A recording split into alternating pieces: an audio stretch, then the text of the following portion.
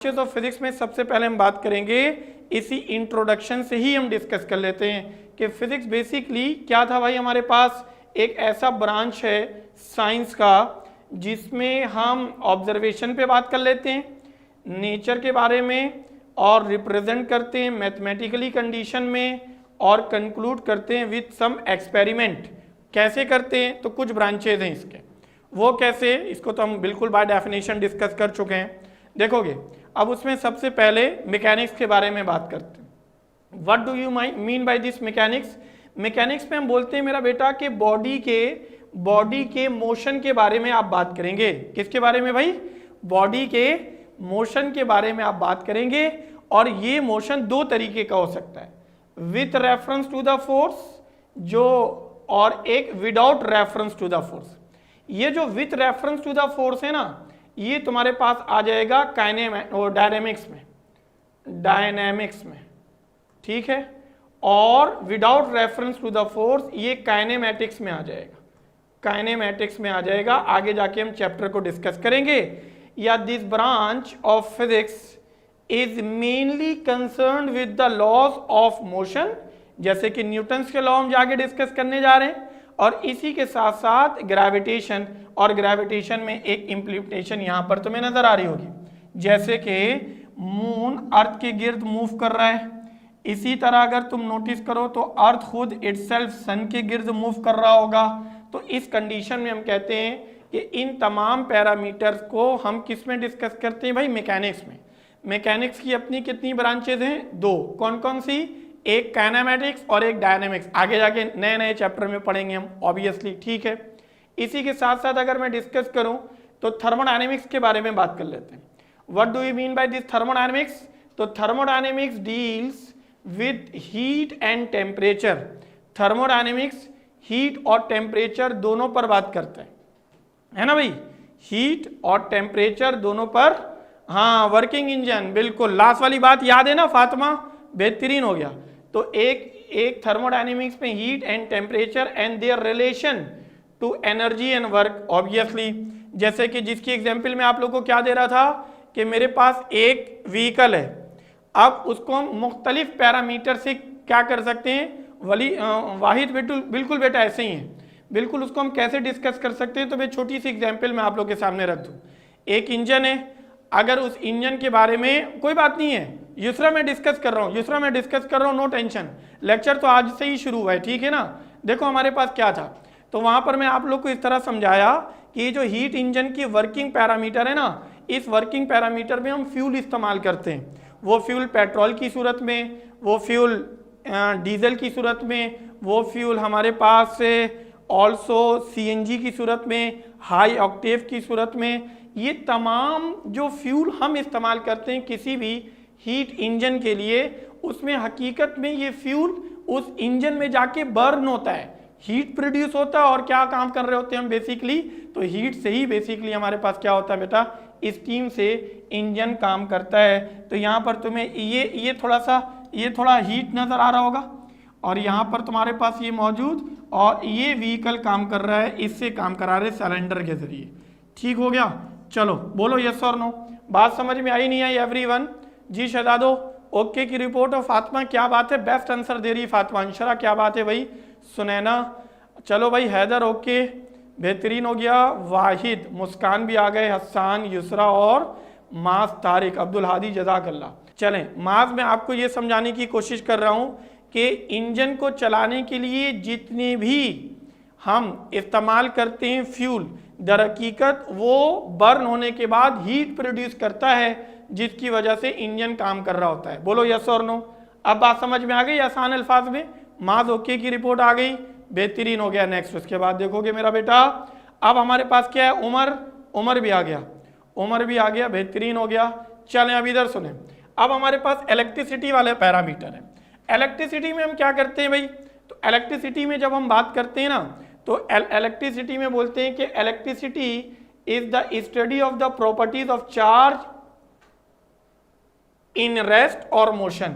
अब ध्यान में रखो, चार्ज जब रेस्ट पर होगा ना, तो ओनली इलेक्ट्रिक फील्ड बनाएगा। चार्ज जब रेस्ट पर होता है तो ये सिर्फ इलेक्ट्रिक फील्ड बनाता है, ठीक हो गया। लेकिन अगर मैं इसी चार्ज को मूव करने की कोशिश करूं और इस मोशन को मैं बोल दूं यूनिफॉर्म, क्या बोल दूं भाई, यूनिफॉर्म स्पीड, स्पीड यूनिफॉर्म है, तो अब ये इलेक्ट्रिक, चलो मैं ऐसे देखता हूं आपको, सॉरी इसको मैं ऐसे लिखवाता हूं। अब ये मेरा बेटा both electric field and magnetic field, charge जब मूव करेगा विथ यूनिफॉर्म स्पीड तो ये इलेक्ट्रिक फील्ड भी बनाएगा और मैग्नेटिक फील्ड भी बनाएगा। फिर से, चार्ज जब मूव करेगा, ठीक है, जब चार्ज मूव करेगा यूनिफॉर्म स्पीड से तो ये इलेक्ट्रिक फील्ड भी बनाएगा और मैग्नेटिक फील्ड भी बनाएगा। हसन हाशमी, अगर आपको आवाज नहीं आ रहा है तो रिकनेक्ट हो जाओ मेरे बच्चे, इट डजंट मैटर ना। वेरी गुड, थैंक यू मेरा बेटा। तो ये कंडीशन तो हमारे पास ऐसे आ गई, और इसी के साथ साथ it concern with the phenomena and effect related to electric charges. ये इफेक्ट क्या है, तो चार्ज को आमतौर पर दो तरीके से पढ़ते हैं मेरे बच्चों, एक पॉजिटिव और दूसरा नेगेटिव। अब इसमें चार्जेस का फ्लो होना, एक जगह से दूसरी जगह जाना, करंट इलेक्ट्रिसिटी के पैरामीटर में कुछ एग्जाम्पल तुम्हें दिखाए गए।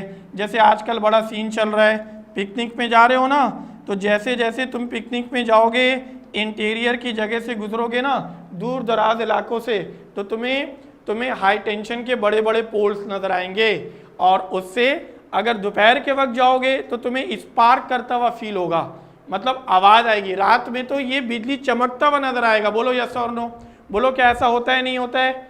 एवरीवन सही कह रहा हूँ ना भाई, ऐसा होता है ना? हाँ बिल्कुल ऐसे ही होता है। ऐसे ही होता है कि इस पैरामीटर में हम लोगों ने इसको ऐसे देख लिया, और कभी गलती से हमें करंट लग जाए तो 14 तबक रोशन हो जाते हैं हमारे। ऐसे ही है भाई, ऐसे ही है ना। और अब अगर कोई परिंदा, कोई एनिमल अगर इलेक्ट्रिक शॉर्ट को क्या करे भाई, उसके साथ टच हो जाए तो माजरत हाँ हो जाएगा। बोलो यस और नो, समझ आ गई मेरी बात? समझ में आ गई क्या समझाने की कोशिश कर रहा हूँ? हाँ भाई ऐसे ही काम है, बेहतरीन हो गया।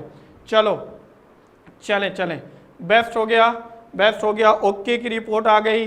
चलें, अच्छी बात आ गई। नेक्स्ट उसके बाद देखोगे मेरा बेटा, अगली कंडीशन हमारे पास, अब हम बात करने जा रहे हैं मैग्नेटिज्म में। तो what do you mean by this magnetism? Magnetism पे बात करते हैं तो magnetism is the study of magnetic properties of material. Magnetic properties of material magnetism को कैसे आइडेंटिफाई करती है, तो इसको मैं तुम्हें यहाँ पे थोड़ा समझाता हूँ। देखो मेरे पास एक मैग्नेट है, मैग्नेट। इस मैग्नेट को, एक को हम लोगों ने नॉर्थ पोल और एक को साउथ पोल बोल दिया। चार्ज दो तरीके के होते हैं, एक हमारे पास चार्ज होता है पॉजिटिव, दूसरा नेगेटिव। पहले बोलो यस और हाँ भाई। चार्ज कितने तरीके से होते हैं? एक पॉजिटिव, दूसरा नेगेटिव, दो तरीके के। इसी तरह मैग्नेट के पोल भी दो तरीके के होते हैं, एक नॉर्थ पोल और दूसरा साउथ पोल। ठीक है,